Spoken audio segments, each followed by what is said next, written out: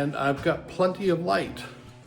And the reason I've got plenty of light is because of these. These lights are LED, and they are whatever wattage you want to make them. They can be commonly 240 or 360. You can make them higher if you want to, or less. And the interesting things is they cost about $10 each to make. No kidding. And I'm going to make another one right now because I have this area right here that had an old fluorescent light. When I recently refurbished the shop, I decided to take it down and get rid of it. It was just flickering. It was horrible. So let's get started. I'll show you how to do this. These are old fluorescent fixtures, and they have 4 bulbs in them. They're meant to go up into recessed hung ceilings, and they come with a diffuser, which can be really nice to disperse light. Let's take this off.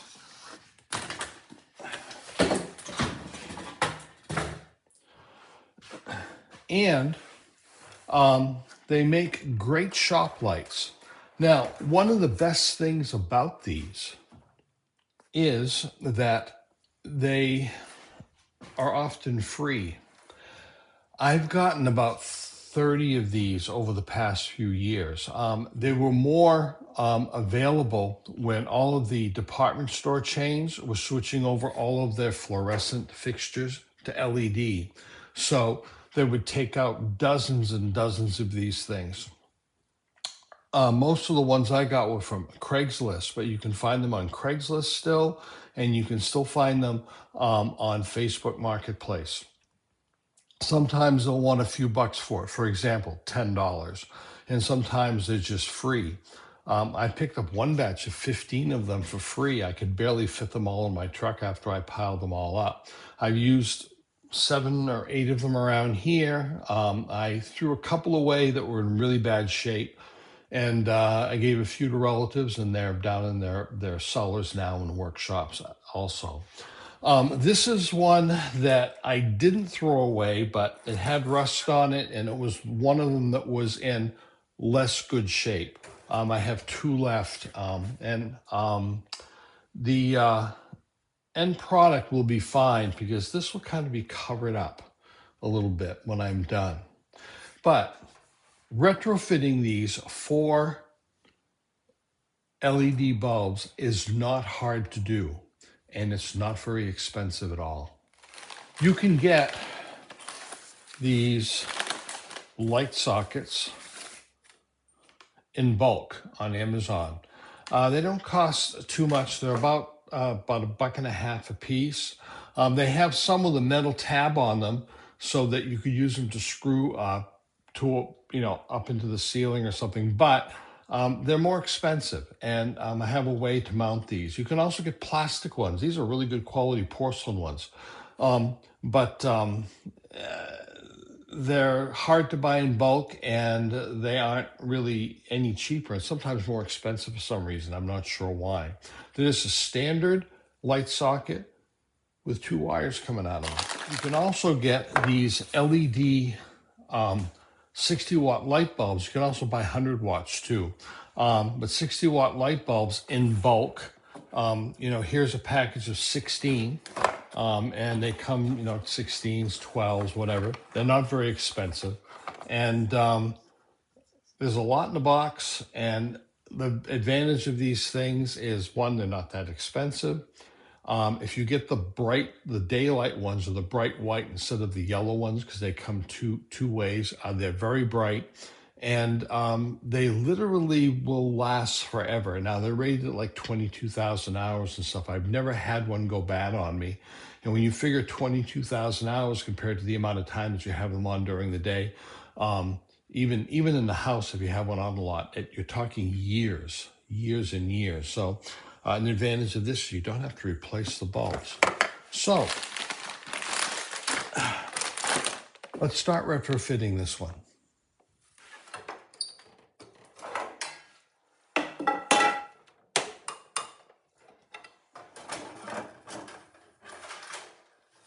You might be saying, why not just use them as is? The ballasts are in here, the light bulbs are in here. Well, there's many reasons not to. The main reason is these are older lights. They may be real old or pretty old. These ballasts are about ready to go. These ballasts cost about as much as a whole light, and they're not worth it. Secondly, the bulbs don't really last forever, and they give you a hard time sometime. And I'm here in Maine. I have a heating system that'll warm this shop up in about 20 minutes to shirt sleeves. But um, when I come in and flip the lights on, these things are all flickering for like 10, 15 minutes until they warm up enough to, burn brightly. Um, so for me, the best thing is to get rid of all this stuff. The screws that hold these ballasts on are usually on the top side.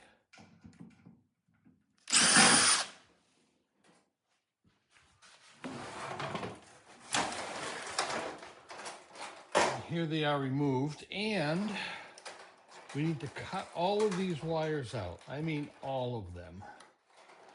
And we'll want to actually save some of them for use in making the retrofitted light.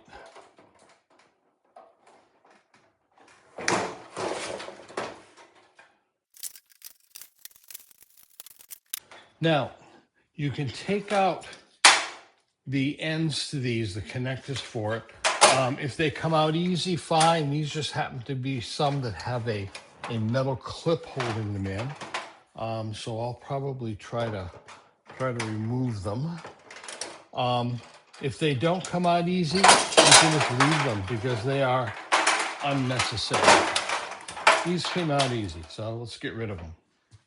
Another option is to retrofit these with a kit that has regular LED tubes that look like a fluorescent light. Usually they have connectors at one end or both ends, depending on the type you get. The only thing is you have to buy the tubes, you have to buy the connectors, you have to install them, and it'll end up being more expensive. And you end up with the same amount of lumens when you're done, either way. Now, this is just a little diversion for me. Here's the opening for the wires to go in. I want to be able to move my light kind of like over this way and back a bit from where the wires come out on the ceiling. So I'm going to want to bring an opening about a foot in and closer to this side so I can pull the light back. Depending on where you put your light in, this might be fine. And I am not going to put a wire connector in here. I'm going to make a large enough opening so the wire comes through the sheetrock, doesn't come in anywhere near the metal. Not quite kosher, but still very safe.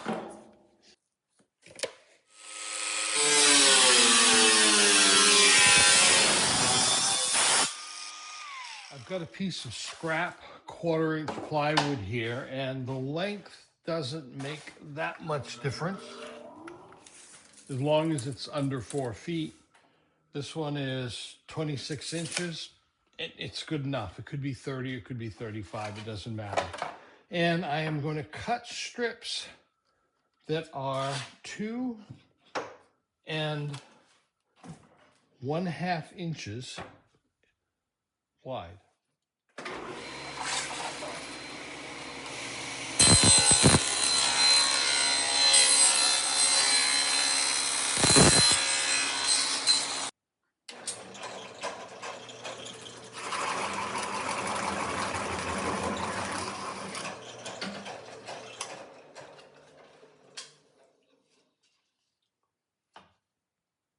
At this point, I've cut some little pieces of, I don't know, 1/2 inch by maybe 6 inches long by maybe 1.5 inches wide pieces of wood. It's soft wood, easy to work with.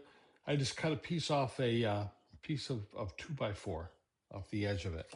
And I'm going to want to join it like this on the edge.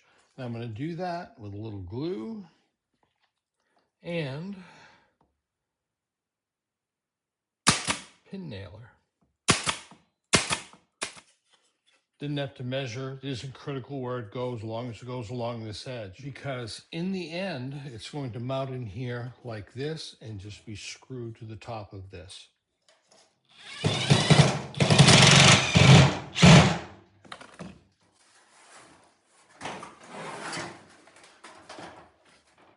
So now we have a piece of plywood with 3 holes in it that will hold a light socket screwed directly to the metal reflector. These holes, no matter how carefully you drill them, will be uneven. For example, this one for the light socket is pretty snug. This one, not so much. So I have 4 wraps of electrical tape around it. This one is pretty good. I have a couple wraps of electrical tape on it, but they won't come off. And if they did, the bulb would just fall into the diffuser, and it wouldn't do any harm. But I haven't had one fall out. Once you put them up, you don't touch them so that they don't move after that. Now, you could make these longer, stretch it out a little bit. You could put 4 bulbs in instead of 3. You could put 5 or 6 bulbs in. These are 60-watt bulbs, but they take 9 watts of electricity because they're LED, so that it really doesn't matter how many you put in here.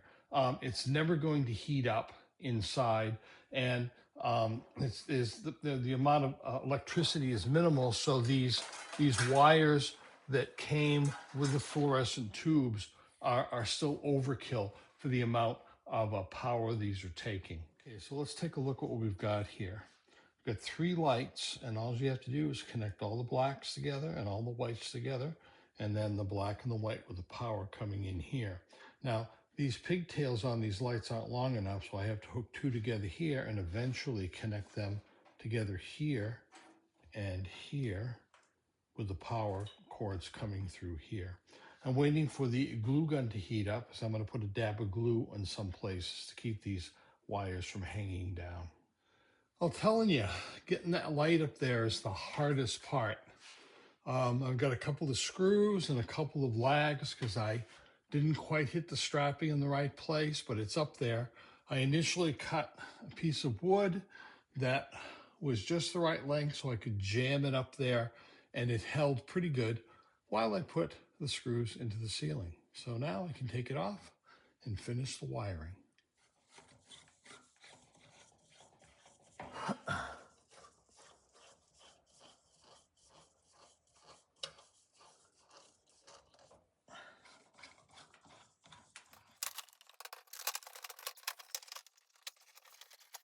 Three bulbs, which is enough for this area.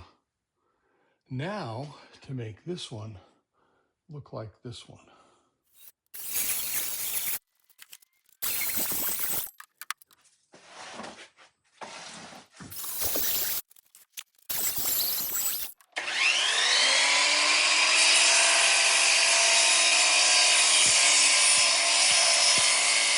Now I'm going to cut a slot that's 3 3/4 of an inch down from the top to fit around the edge of the light. There's a rim around the edge of it, at least on the sides. Whatever lights you get, it could be off by a 1/2 inch depending on the brand. So you'll have to measure it. It can't go by this measurement.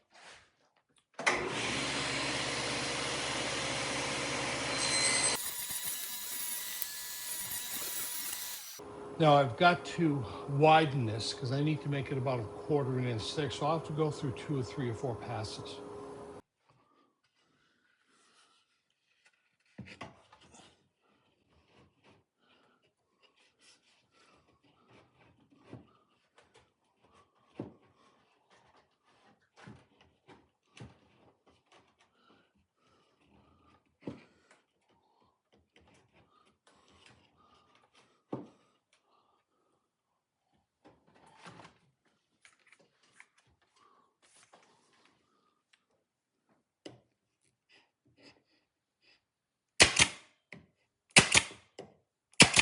Well, there it is. A bit of a job, so you didn't see much of it because the wood was behind there with very little room to work. So, boy, holding it up and getting it tacked on was quite a job. Now, if I were to use all of that plywood that you saw me cut for lights, I'd have enough for 5 lights. So that's about $455 per light. The sockets and the bulbs come to about another $5. So there's your $10. If you have to purchase the light fixture, it might be another 10. I don't know if you can find them online. A lot of them are free if you keep your eye out. People are just trying to get someone to come and pick them up. And if you take them apart and use the shell like I did, you can get some cheap lighting and you can make it as bright as you want.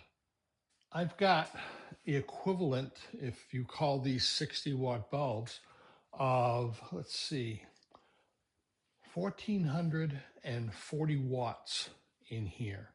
There are 8 lights with 3 bulbs each. Some of them have 4. We'll just say 3. So 1,440 watts.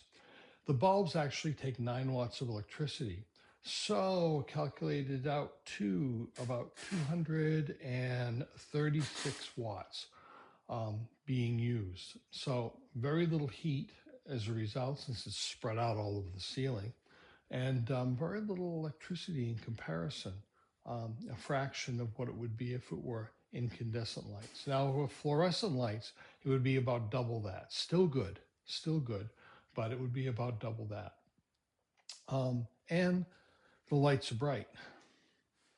So if you're interested in doing a little work and making yourself some almost free lighting in your shop, it can be done, and you can have as much of it as you want for almost nothing. So as always, thanks for watching. I hope this gave someone ideas. If not, share your ideas. Maybe you've got something that works as good or even better.